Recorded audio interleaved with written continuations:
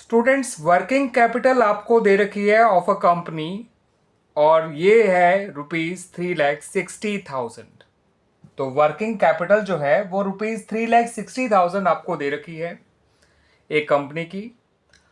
आपको total debts दे रखे हैं ₹7,80,000 और आपको लॉन्ग टर्म डेट्स दे रखे हैं ₹6,00,000। आपको इन्वेंट्रीज दे रखी है ₹1,80,000। आपसे कहा गया है कि लिक्विड रेशियो बताइए क्या होगा, कितना होगा। अब स्टूडेंट्स, लिक्विड रेशियो के लिए आपको लिक्विड एसेट्स और करंट लायबिलिटीज चाहिए। फिलहाल आपके पास दोनों ही नहीं है, तो करंट लायबिलिटीज तो आप ऐसे निकाल लीजिए। टोटल डेट्स में से लॉन्ग टर्म डेट्स को माइनस कर दीजिएगा, लॉन्ग टर्म डेट्स यानी नॉन करंट लायबिलिटीज। 780 में से 6 लाख माइनस करेंगे तो ये आंसर आएगा 1,80,000।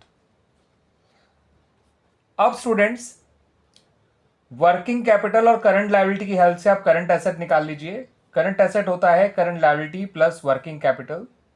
यहां मैंने वर्किंग कैपिटल वाले फॉर्मूले को यूज किया है जो कि होता है CA माइनस CL। ठीक है, उसी से आप बना देंगे formula CA is equal to CL plus working capital. CL है 1,80,000, वर्किंग कैपिटल है 3,60,000, दोनों को ऐड करेंगे तो आएगा 5,40,000। अब स्टूडेंट्स, लिक्विड एसेट पे आने के लिए करंट एसेट में से इन्वेंट्री को माइनस कर देते हैं। करंट एसेट हमें पता चल चुकी है ₹5,40,000, इन्वेंट्री है ₹1,80,000। माइनस करेंगे तो लिक्विड एसेट आ जाएगा ₹3,60,000। अब रही बात लिक्विड रेशियो की, इसका फॉर्मूला है liquid asset upon current liabilities.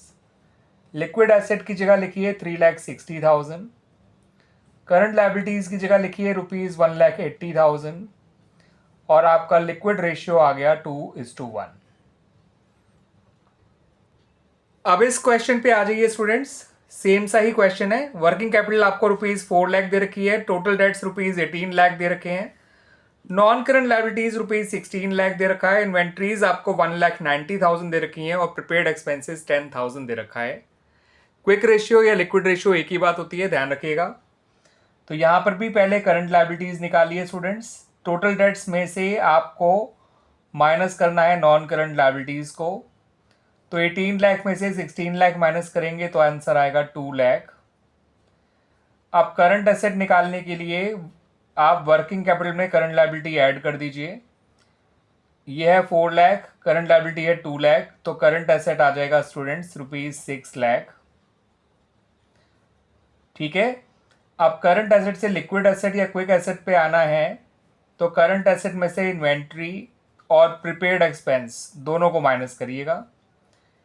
Inventories हैं 1,90,000, प्रीपेड एक्सपेंस है 10,000 और करंट एसेट है हमारी 6 लाख।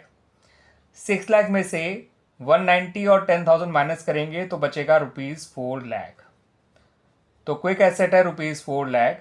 क्विक रेशियो हो गया quick asset upon current liabilities. Quick asset है ₹4 लाख, करंट लायबिलिटीज है ₹2 लाख और लिक्विड रेशियो या क्विक रेशियो है आपका 2:1। Clear students?